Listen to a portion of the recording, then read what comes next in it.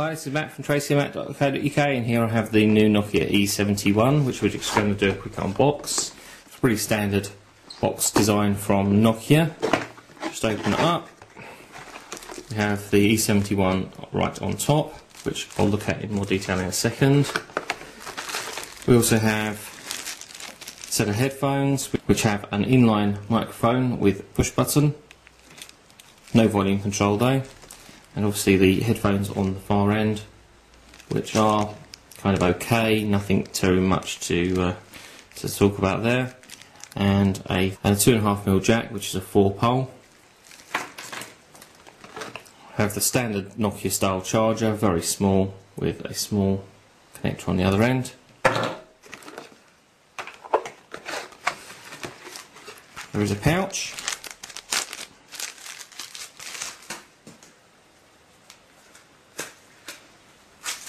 Here, which is a leather pouch, quite attractive design, which the phone just pops in the side. It's open on the side and the top. No belt loop though.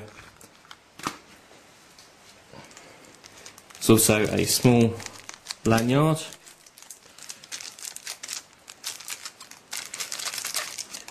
Which attaches to the E71 as a hand strap.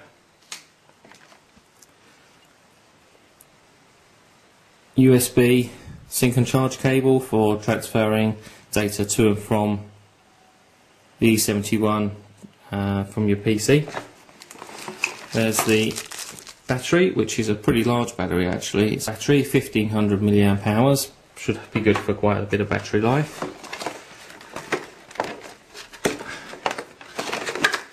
I have a CD-ROM with all the E-series software and online manual. Then underneath we have registration card for your warranty, getting started guide for accessories and sat-nav software, and then the full manual itself, which is quite thick and is pretty much black and white with the screenshots and so on. Let's move all that out of the way then. I'll have a look at the E71 itself. Quite an attractive design, nice shiny chrome finish to it. Has this sort of lump on the bottom which almost looks like it's been stuck on afterwards, looks like it should be removable. Clearly obviously it isn't. The screen itself is quarter VGA, 320 by 240 pixels, and it's 2.4 inches diagonal. Completely flush there with the front. Pretty standard style keys underneath. There's soft keys with a D-pad. There's a home, calendar, contact and email button, red and green phone keys for your send and end keys, and then your QWERTY keyboard. Good responsive buttons on the keyboard, although they are a little small, not particularly well raised, but again, comment on that once we've had a chance to give it a full road test and review. On top you've got the power button and a grill over a loudspeaker. Running down the left hand side, IRDA. There's a cover over a micro SD card slot, and there is a micro SD card in there. First comment is that it's next to impossible to remove that micro SD card with your finger, so we'll leave that alone for now. Underneath that, you have a cover over that USB connector for hooking it up to your computer. Running around the bottom is the connector for the power adapter. Then up the right hand side we have an up-down control for volume and scrolling, and there's a push button in the centre which acts as a soft key and activates certain things on the screen. And then this is where you plug in the headphones. On the back there is a 3.2 megapixel autofocus camera with a built-in mobile light style flash and a mirror for taking photographs of yourself. Opening the back is a case of pushing down two buttons that are on either side and lifting the cover off. SIM card goes just in here, and the battery pops in there just like that. Cover itself is metal rather than plastic, and it pops back on so. And we just power that up. Well, we'll look at the rest of the specification.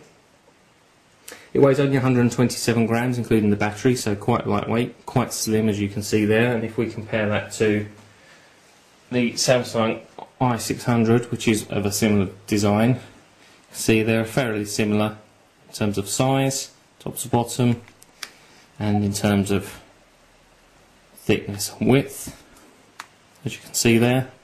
Although the Nokia E71 is a much more attractive device.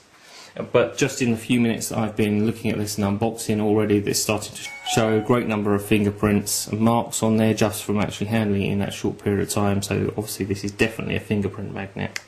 There's a 396 MHz processor built in there with 256 meg of ROM, although only 110 of that is actually accessible to the user. RAM is 128 meg. It is quad band and does support GPRS, Edge, 3G and HSDPA. Bluetooth 2 with EDR and wireless LAN, which is 802.11b and G. That infrared will support up to 115,000 bits per second. Built-in FM radio with RDS. It also built-in a GPS. And what I haven't mentioned already is a very tiny front-facing camera just on the front there, which is used for video conferencing. Absolutely microscopic and very easy to miss there. Setting up initially asks you for your location. So let's go all the way through to United Kingdom and we'll select London. I'll select all the defaults there. As you can see, you get a welcome screen which tells you how to use your new phone. Getting started guide immediately on the screen there, which we'll just skip. Camera function with soft keys and a menu function with the other soft key, which we'll cover in greater detail in the review itself, which we'll have for you in about a week or so.